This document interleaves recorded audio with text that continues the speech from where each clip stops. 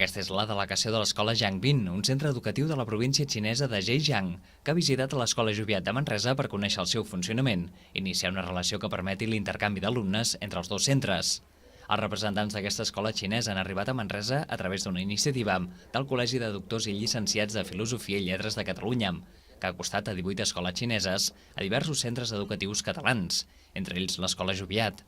Aquí han pogut tastar els plats que han cuinat els alumnes de l'escola d'hoteleria, una de les especialitats del centre manresà. I durant la visita el seu director afirmava que la primera impressió era positiva. La impressió és que, evidentment, que som cultures ben diferents, que ben allunyades, però que després, quan t'acostes i quan parles d'objectius comuns, i aquest objectiu és la internacionalització i és evident que el món s'ha fet petit, i aleshores el repte és la comunicació, perquè també hem de veure una mica si el nivell d'anglès d'aquests alumnes xinesos també els permet poder seguir amb facilitat els programes que puguem adaptar aquí. Si al final hi ha entesa entre els dos centres, el primer intercanvi d'alumnes es podria fer el curs vinent.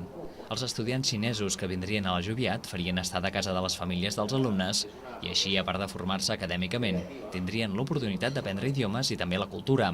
Una possibilitat que els representants xinesos han vist amb bons ulls, igual que la manera com es realitzen les pràctiques. És una escola molt bona.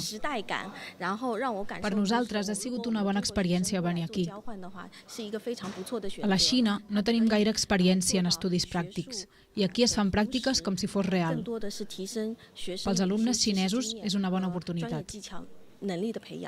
L'escola Jiangbin està especialitzada en cicle d'administració informàtica i durant la visita a la Joviat, els seus directius també han pogut conèixer el programa Jovitech, en el qual els alumnes simulen que posen en marxa una empresa i es fan responsables de tot el procés.